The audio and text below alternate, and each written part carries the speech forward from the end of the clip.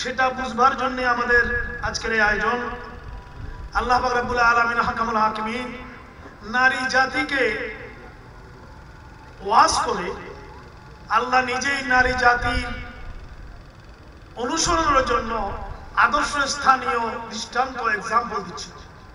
আল্লাহ পাক রব্বুল আলামিন কোরআনে হাকিমে কয়েকজন নারী যারা ঈমানদার, যারা আবেদা সালেহা জাকেরা, এরকম কয়েকজন নারী মহিয়সী নারীর জিকির কোরআনে আছে। বলুন না সুবহানাল্লাহ। সেই জিকির আল্লাহ পাক কোরআনে এনেছেন। যেমন আল্লাহ পাক রব্বুল আলামিন এক জায়গায় ইরশাদ ফরমাচ্ছেন যে ওয়া দারাবাল্লাহু মাসালাল লিল্লাযিনা আমানু ইমরাআতা ফিরআউন। আল্লাহ পাক ফিরআউনের বিবি আসিয়া বিনতে মাযাইম, তার নাম কোরআনে হাকিমে এনেছেন ফিরআউনের স্ত্রী। স্বামী হলো ফিরআউন।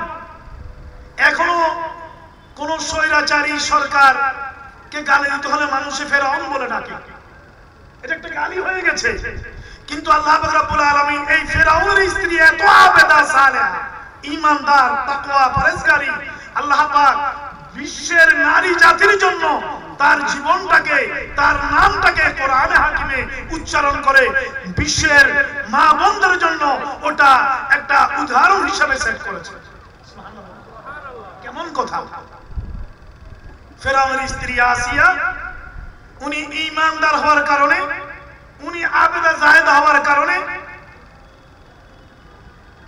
উনি আল্লাহর উপরে ঈমান আনার কারণে ফিরআউন উনার উপরে এত অত্যাচার করত, এত নির্যাতন করত, ওইটা আমি তুলে আনতে পারবো না। ওই নির্যাতনে অসহ্য হয়ে উনি আল্লাহর কাছে ফরিয়াদ করলেন, রব্বি ইবনিলি ইনদাকা বাইতান ফিল জান্নাহ। ওটা আমি তো আর পারছি না।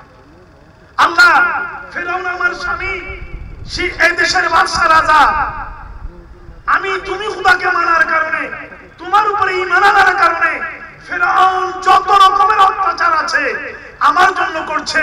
মাওলা, আমি তো আর পারছি না, তুমি আমার জন্য জান্নাতে তোমার কাছে একটা ঘর বানাই দাও। ইবনিলি বাইতান ফিল জান্নাহ, রব্বি, আল্লাহ, তুমি জান্নাতে তোমার নিকটে আমার জন্য একটা ঘর। আমি তো আর ফিরআউনের বালাখানায় থাকতে পারছি না। আমি তো ফিরআউনের এই বিশাল প্রাসাদে তার অত্যাচারে অতিষ্ঠ হয়ে গেছি। মাওলা, আমি তো তোমাকে মানছি, আমি তো উলুহিয়তকে মানছি, আমি তো ওয়াহদানিয়তকে মানছি, আমি তো একত্ববাদের ঘোষণা দিয়েছি, তোর জন্য এত নির্যাতন নিষ্পেষণ। আল্লাহ, তুমি জান্নাতে তোমার কাছে আমার জন্য একটা শান্তির নীড় বানিয়ে দাও।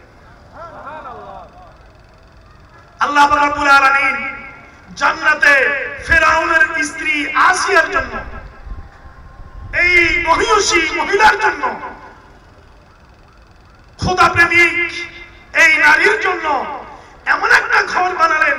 তাফসীরে জালালাইনের মধ্যে এসেছে যে বিবি আসিয়া জমিনে বসে জান্নাতের ঘর দেখতে পাচ্ছে।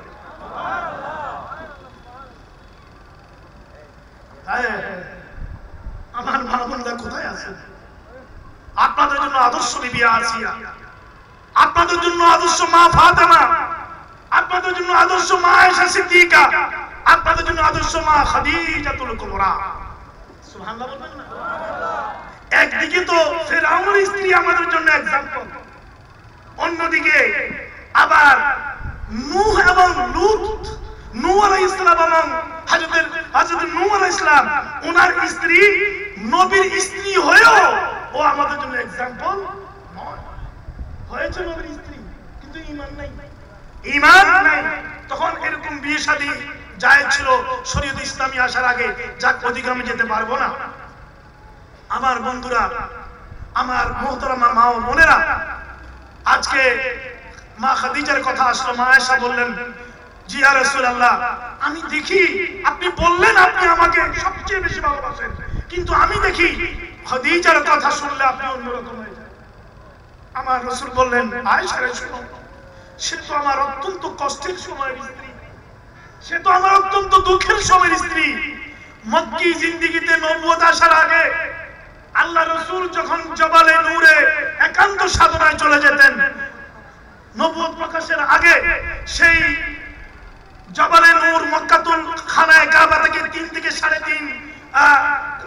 কিলোমিটার দূরে আমরা অনেকেই সেই জাবালে রুমে উঠেছি, সেই গারে হেরাতে আমরা নামাজ পড়েছি আলহামদুলিল্লাহ।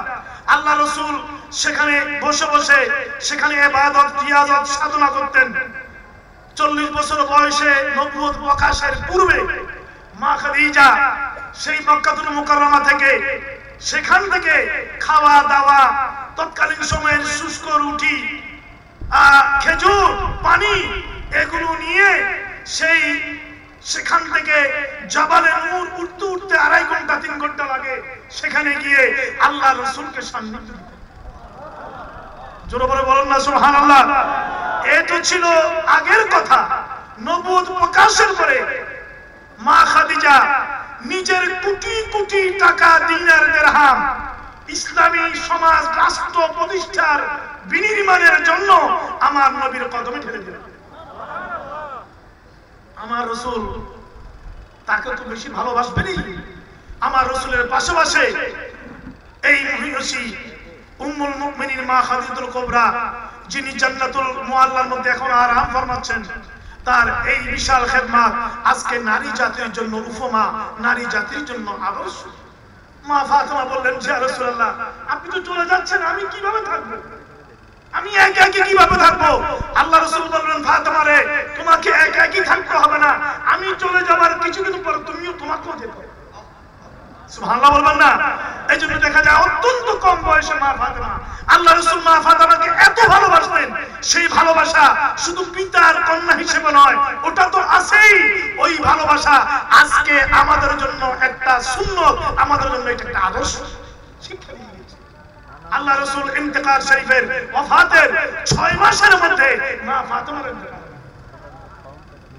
কোন দিকে যাব আমার এত সময় নেই। যাই হোক, আমি বলেছিলাম প্রথম জায়গায় ফিরে যাই যে হুন্না লিবাসুল লাকুম ওয়া আনতুম লিবাসুল লাহুন্না। পুরুষ হচ্ছে নারী জাতির জন্য পোশাক, আর নারী জাতি হচ্ছে পুরুষের জন্য পোশাক। সবাই হাত ধরে ধরে 16 কোটি মানুষ, নারী পুরুষ সবাই মিলে এই বাংলাদেশকে আমরা গর্ব, স্বাধীনতার এই মাসে আমরা সেই শপথ গ্রহণ করব এবং এই বাংলাদেশকে একটা শান্তি সমাজ হিসেবে গড়ে তুলতে এবং সর্বপ্রকারের অন্যায় অসত্য দূরীকরণ করতে আমরা প্রত্যেকেই মিলেমিশে যে যার জায়গায় কাজ করব। এটাই হচ্ছে আজকে দর্শন কোরআন মাহফিলের আবেদন, এটা হচ্ছে আমাদের বার্তা, এটাই হচ্ছে আমাদের মেসেজ। নারে তাকবীর, আল্লাহু আকবার, নারে রিসালাত, ইয়া রাসূলুল্লাহ, কোরআন সুন্নাত আলা, করে করে চলো, করে করে চলো, কোরআন সুন্নাত আলো, আল্লামা জুবাই এগিয়ে চলুন, আমরা আছি আপনার সাথে।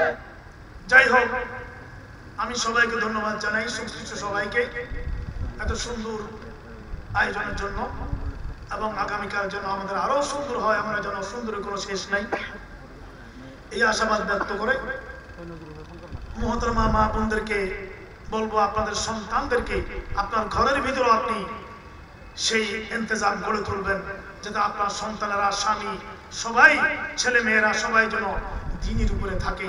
কুরআনুল কারীম ঘরে পড়বেন, সন্তানদেরকে পড়াবার জন্য বাধ্য করবেন, এটা আপনার দায়িত্ব। নামাজের সময় হয়ে গেছে, তাই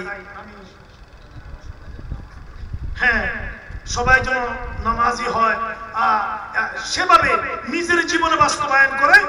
আমার রাসূলের হাদিস শরীফ আছে যে তুমি সন্তানকে শাসন করিও না, তুমি নিজেকে শাসন করো। এবং আমার রাসূল এতটুকু পর্যন্ত বলে গিয়েছেন, ওই মা বাবা শ্রেষ্ঠ যেই মা বাবা সন্তানের জন্য সম্পদ রেখে গেছে, আদর্শ রেখে গেছে। যাই হোক, সময় আমাকে বেশি তাড়া দিচ্ছে, আমি কি করব? এতটুকুর মধ্যে এশার নামাজ কারণে মা বোনরা এই পরিবেশের দূর থেকে এসেছেন।